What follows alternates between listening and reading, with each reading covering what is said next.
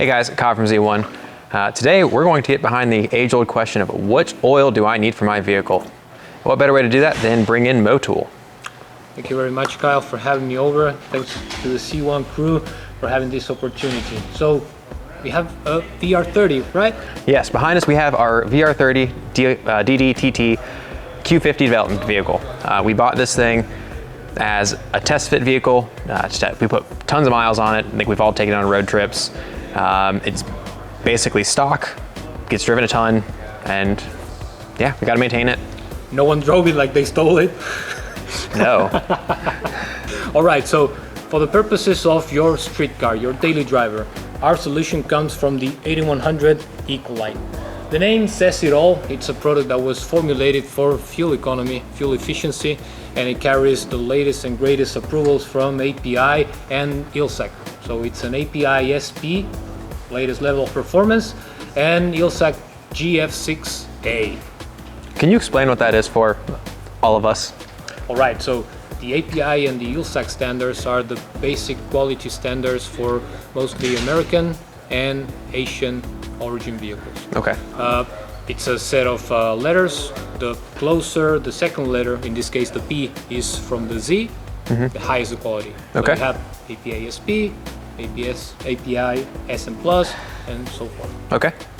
So there's a lot of testing behind that, but the good thing about this is that it's not only API SP and ILSAC GF6, but it also has a lot of other approvals from very respectful manufacturers, so that increases the level of performance, the level of protection the product offers.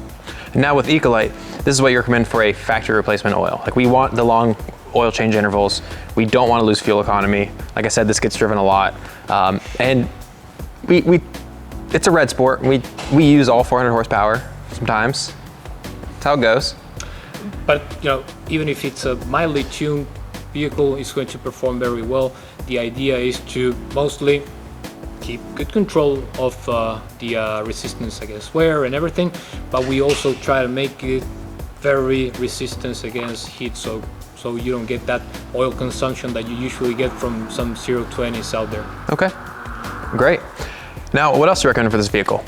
Well, I would say that we have some very important components that are sometimes neglected. Folks don't think about changing the transmission oil.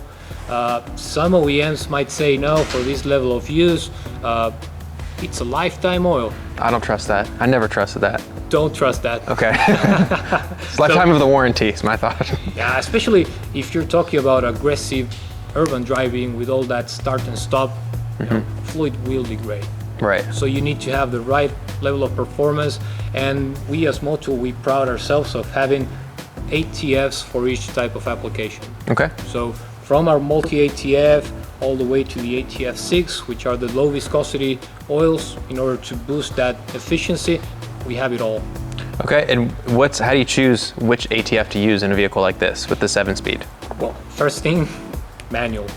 You need to obey the OEM approvals, and for that we have a little bit of help, and you can always find it here on the back label. So all of these weird acronyms and numbers, well, they're all combinations of different approvals from manufacturers. So when you buy the oil, you know that it obeys what the manufacturer calls. In this case, it would be an SP4 type of lubricant, so you would find that on the ATF6. Okay. Now we also have, this is the Redsport. It's got stock Brembos, 70,000 miles on the car. They might be original pads. What do you recommend for brake fluid?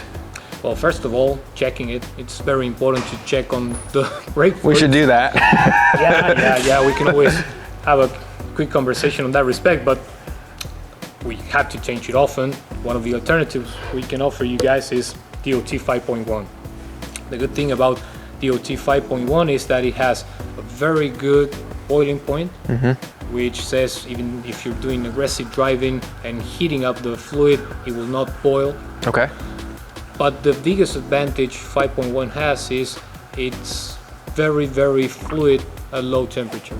Okay. So folks that might see harsh winters will always get good response from the ABS or the ESP system because the fluid outperforms a regular DOT4LV when it comes to low temperature. Okay, that makes sense. You mean really low temperatures? Yeah. Like we're in Georgia, so hopefully we don't get that. I had my first experience with the US cold here, so I'm pretty sure you get Okay. some of that here. All right, well, that makes sense.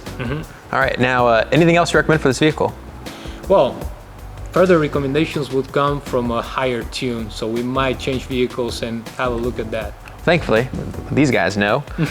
We took this engine and put it up to the test and put it in a Z with a manual transmission behind it. So let's take a look at that. Sure thing.